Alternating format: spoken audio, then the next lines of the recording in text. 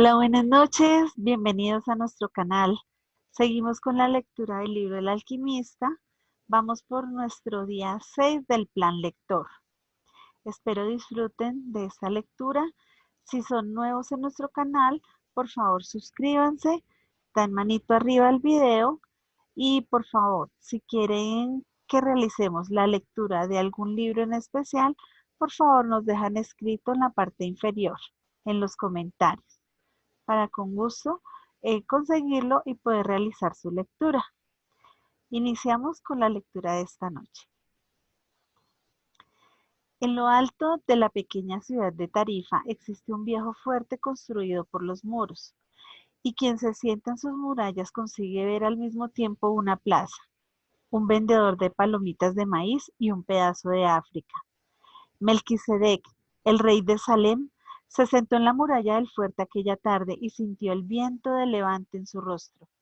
Las ovejas se agitaban a su lado temerosas de su nuevo dueño y excitadas ante tantos cambios. Todo lo que ellas querían era solo comida y agua. Melquisedec contempló el pequeño barco que estaba zarpando del puerto. Nunca más volvería a ver al muchacho, del mismo modo que jamás volvió a ver a Abraham después de haberle cobrado el diezmo. No obstante, esta era su obra. Los dioses no deben tener deseos porque los dioses no tienen leyenda personal. Sin embargo, el rey de Salem deseó íntimamente que el muchacho tuviera éxito. Lástima que se olvidara enseguida de mi nombre, pensó. Debería habérselo repetido varias veces. Así, cuando hablase de mí, diría que soy Melquisedec, el rey de Salem. Después miró hacia el cielo, un poco arrepentido. Sé que es vanidad de vanidades, como tú dijiste, Señor, pero un viejo rey a veces tiene que estar orgulloso de sí mismo. Qué extraña es África, pensó el muchacho. Estaba sentado en una especie de bar, igual que otros bares que había encontrado en las callejuelas estrechas de la ciudad. Algunas personas fumaban una pipa gigante que se pasaban de boca en boca.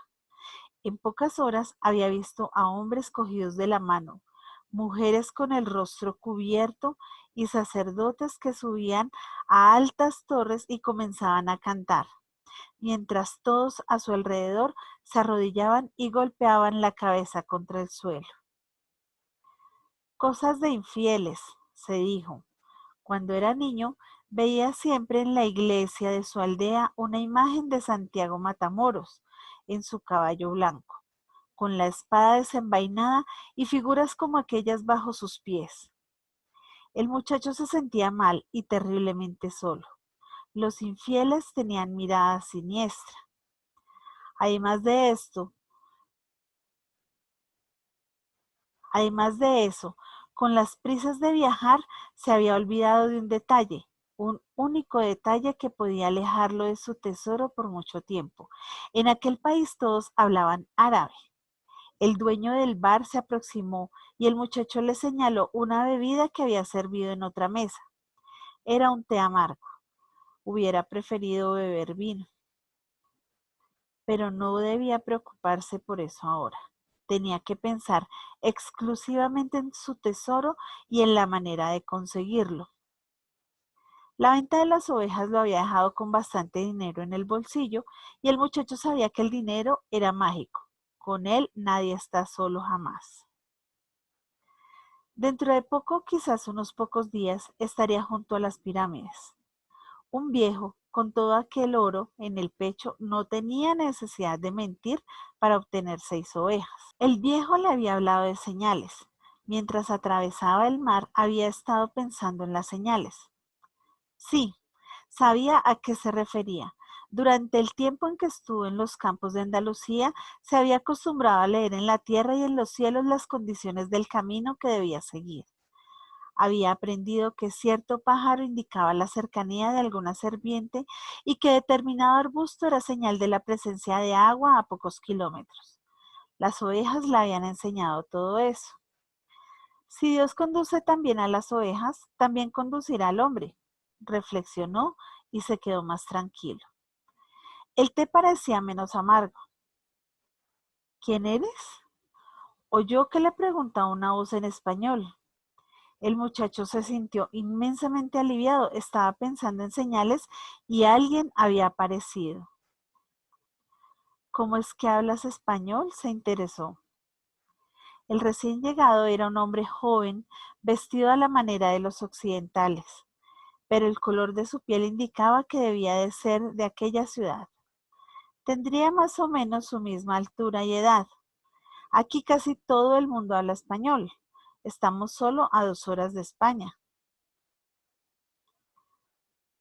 Siéntate y pide algo por mi cuenta, le ofreció el muchacho. Y pide un vino para mí, detesto este té. No hay vino en este país, dijo el recién llegado. La religión no lo permite. El muchacho le explicó entonces que tenía que llegar a las pirámides. Estuvo a punto de hablarle del tesoro, pero decidió callarse. El árabe era capaz de querer una parte a cambio de llevarlo hasta allí. Se acordó de lo que el viejo le había dicho respecto a los ofrecimientos. Me gustaría que me llevaras si es posible. Puedo pagarte como guía. ¿Tú tienes idea de cómo se llega hasta allí? El muchacho se dio cuenta de que el dueño del bar andaba cerca, escuchando atentamente la conversación. Se sentía molesto por su presencia, pero había encontrado un guía y no podía perder aquella oportunidad. Hay que atravesar todo el desierto del Sahara, continuó el recién llegado, y para eso se necesita dinero. Quiero saber si tienes el dinero suficiente. Al muchacho le extrañó la pregunta que le había formulado el recién llegado, pero confiaba en el viejo y el viejo le había dicho que cuando se quiere una cosa, el universo siempre conspira a favor. Sacó su dinero del bolsillo y se lo mostró. El dueño del bar se acercó y miró también. Los dos intercambiaron algunas palabras en árabe. El dueño del bar parecía irritado. Vámonos, dijo el recién llegado. Él no quiere que nos quedemos aquí. El muchacho se sintió aliviado. Se levantó para pagar la cuenta, pero el dueño lo agarró y comenzó a hablarle sin parar. Aunque era fuerte, estaba en una tierra extranjera. Fue su nuevo amigo quien empujó al dueño hacia un lado y acompañó al chico hasta la calle. Quería tu dinero, dijo. Tánger no es igual que el resto de África. Estamos en un puerto y en los puertos hay siempre muchos ladrones. Podía confiar en su nuevo amigo. Le había ayudado en una situación crítica. Sacó nuevamente el dinero y lo contó. Podemos llegar mañana a las pirámides, dijo el otro cogiendo el dinero, pero necesito comprar 2 camellos. Salieron andando por las estrechas calles de Tánger. En todas las esquinas había puestos de cosas para vender. Por fin llegaron al centro de una gran plaza donde funcionaba el mercado. Había millares de personas discutiendo, vendiendo, comprando. Hortalizas mezcladas con dagas, alfombras junto a todo tipo de pipas, pero el muchacho no apartaba los ojos de su nuevo amigo. Al fin y al cabo, tenía todo su dinero en las manos. Pensó en pedirle que se lo devolviera, pero temió que lo considerara una falta de delicadeza. Él no conocía las costumbres de las tierras extrañas que estaba pisando. Bastará con vigilarlo, se dijo. Era más fuerte que el otro. De repente, en medio de toda aquella confusión, apareció la espada más hermosa que jamás había visto en su vida. La vaina era plateada y la empuñadura negra, con piedras incrustadas. Se prometió a sí mismo que cuando regresara de Egipto la compraría. Pregúntale al dueño cuánto cuesta, pidió al amigo, pero se dio cuenta de que se había quedado 2 segundos distraído mirándola. Sintió el corazón comprimido, como si todo su pecho se hubiera encogido de repente. Tuvo miedo de mirar a su lado porque sabía con lo que se iba a encontrar. Sus ojos continuaron fijos en la hermosa espada, algunos momentos más hasta que se armó de valor y se dio vuelta. A su alrededor, el mercado, las personas yendo y viniendo, gritando y comprando. las alfombras mezcladas con las avellanas, las lechugas junto a las monedas de cobre, los hombres cogidos de la mano por las calles, las mujeres con velo, el olor a comida extraña, pero en ninguna parte, absoluta y definitivamente en ninguna parte, el rostro de su compañero. El muchacho aún quiso pensar que se había perdido de vista momentáneamente. Resolvió quedarse allí mismo esperando a que el otro volviera. Al poco tiempo, un individuo subió a una de aquellas torres y comenzó a cantar. Todos se arrodillaron, golpearon la cabeza en el suelo y cantaron también. Después de como un ejército de laboriosas hormigas, deshicieron los puestos de venda y se marcharon. El sol comenzó a irse también. El muchacho lo contempló durante mucho tiempo, hasta que se escondió detrás de las casas blancas que rodeaban la plaza. Recordó que cuando aquel sol había nacido por la mañana, él estaba en otro continente. Era un pastor, tenía 60 ovejas y una cita concertada con una chica. Por la mañana, mientras andaba por los campos, sabía todo lo que le iba a suceder. Sin embargo, ahora que el sol se escondía, estaba en un país diferente, era un extraño en una tierra extraña, donde ni siquiera podía entender el idioma que hablaban. Ya no era un pastor y no tenía nada más en la vida, ni siquiera dinero para volver y empezar de nuevo. Todo esto entre el nacimiento y la puesta del mismo sol, pensó, y sintió pena de sí mismo, porque en la vida a veces las cosas cambian en el espacio de un simple grito, antes de que las personas puedan acostumbrarse a ellas. Le daba vergüenza llorar. Jamás había llorado delante de sus propias ovejas, pero el mercado estaba vacío y él estaba lejos de la patria. El muchacho lloró, lloró porque Dios era injusto y retribuía de esta forma a las personas que creían en sus propios sueños. Cuando yo estaba con las ovejas era feliz e irradiaba siempre felicidad a mi alrededor. Las personas me veían llegar y me recibían bien, pero ahora estoy triste e infeliz. ¿Qué haré? Voy a ser más duro y no confiaré más en las personas, porque una de ellas me traicionó. Voy a odiar a los que encontraron tesoros escondidos, porque yo no encontré el mío. Y siempre procuraré conservar lo poco que tengo, porque soy demasiado pequeño para abarcar al mundo. Abrió su zurrón para ver lo que tenía dentro. Quizás le había sobrado algo del bocadillo que había comido en el barco, pero solo encontró el libro grueso, la chaqueta y las 2 piedras que le había dado el viejo. Al mirar las piedras sintió una inmensa sensación de alivio. Había cambiado 6 ovejas por 2 piedras preciosas, extraídas de un pectoral de oro. Podía vender las piedras y comprar el pasaje de regreso. Ahora seré más listo, pensó el chico, sacando las piedras de la bolsa para esconderlas en el bolsillo. Aquello era un puerto y esta era la única verdad que el otro chico le había dicho. Un puerto está siempre lleno de ladrones. Ahora entendía también la desesperación del dueño del bar. Estaba intentando avisarle de que no confiara en aquel hombre. Soy como todas las personas. Veo el mundo tal como desearía que sucedieran las cosas y no como realmente sucede. Se quedó mirando las piedras y las tocó sucesivamente con cuidado, sintiendo la temperatura y la superficie lisa. Ellas eran su tesoro. El simple contacto de las piedras le dio más tranquilidad, le recordaban al viejo. Cuando quieres una cosa, todo el universo conspira para ayudarte a conseguirla, le había dicho. Le gustaría saber cómo podía ser verdad aquello. Estaba en un mercado vacío, sin un céntimo en el bolsillo y sin ovejas para guardar aquella noche. Pero las piedras eran la prueba de que había encontrado un rey y un rey que sabía su historia, sabía acerca del alma de su padre y de su primera experiencia sexual. Las piedras sirven para la adivinación. Se llaman Urín y Tumim. El muchacho colocó de nuevo las piedras dentro del zurrón y decidió hacer la prueba. El viejo le había dicho que formulara preguntas claras porque las piedras solo servían para quien sabe lo que quiere. El muchacho preguntó entonces si la bendición del viejo continuaba aún con él. Sacó una de las piedras, era sí. ¿Voy a encontrar mi tesoro?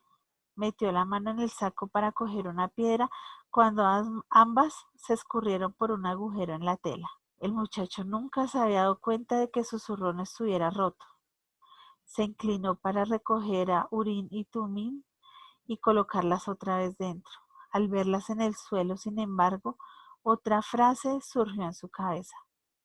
Aprende a respetar y a seguir las señales, le había dicho el viejo rey. Una señal. El chico se rió para sus adentros. Después recogió las 2 piedras del suelo y las volvió a colocar en el zurrón. No pensaba coser el agujero. Las piedras podrían escaparse por allí siempre que quisieran. Había entendido que no se debe preguntar ciertas cosas para no huir del propio destino. Prometí tomar mis propias decisiones, se dijo, pero las piedras le habían dicho que el viejo seguía con él, y eso le dio más confianza. Miró nuevamente el mercado vacío y ya no sintió la desesperación de antes. No era un mundo extraño, era un mundo nuevo, y al fin y al cabo todo lo que él quería era exactamente eso. Conocer mundos nuevos. Incluso, aunque jamás llegase hasta las pirámides, él ya había ido mucho más lejos que cualquier pastor que conociese. Ah, si ellos supieran que apenas a 2 horas de barco existen tantas cosas diferentes. El mundo nuevo aparecía frente a él bajo la forma de un mercado vacío, pero él ya había visto aquel mercado lleno de vida y nunca más lo olvidaría.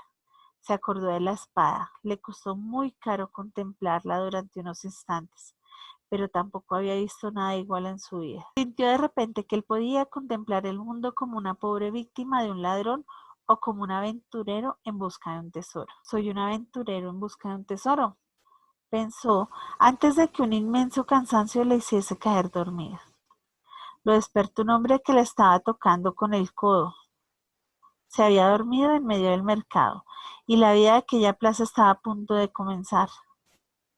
Miró a su alrededor buscando a sus ovejas y se dio cuenta de que estaba en otro mundo. En vez de sentirse triste, se sintió feliz. Ya no tenía que seguir buscando agua y comida. Ahora podía seguir en busca de su tesoro. No tenía un céntimo en el bolsillo, pero tenía fe en la vida. La noche anterior había escogido ser un aventurero, igual que los personajes de los libros que solía leer. Comenzó a deambular sin prisa por la plaza. Los comerciantes levantaban sus paradas. Ayudó a un pastelero a montar la suya. Había una sonrisa diferente en el rostro de aquel pastelero. Estaba alegre, despierto ante la vida, listo para empezar un buen día de trabajo. Era una sonrisa que le recordaba algo al viejo, aquel viejo y misterioso rey que había conocido. Este pastelero no hace dulces porque quería viajar y porque se quería casar con la hija de un comerciante. Este pastelero hace dulces porque le gusta hacerlos, pensó el muchacho y notó que podía hacer lo mismo que el viejo, saber si una persona está próxima o distante de su leyenda personal solo con mirarla. Es fácil, yo nunca me había dado cuenta de eso. Cuando acabaron de montar el tenderete, el pastelero le ofreció el primer dulce que había hecho. El muchacho se lo comió, le dio las gracias y siguió su camino. Cuando ya se había alejado un poco, se acordó de que se había montado el puesto entre una persona que hablaba árabe y otra español, y se habían entendido perfectamente. Existe un lenguaje que va más allá de las palabras, pensó el muchacho. Ya lo experimenté con mis ovejas y ahora lo practico con los hombres. Estaba aprendiendo varias cosas nuevas.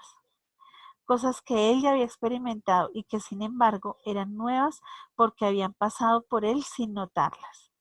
Y no las había notado porque estaba acostumbrado a ellas.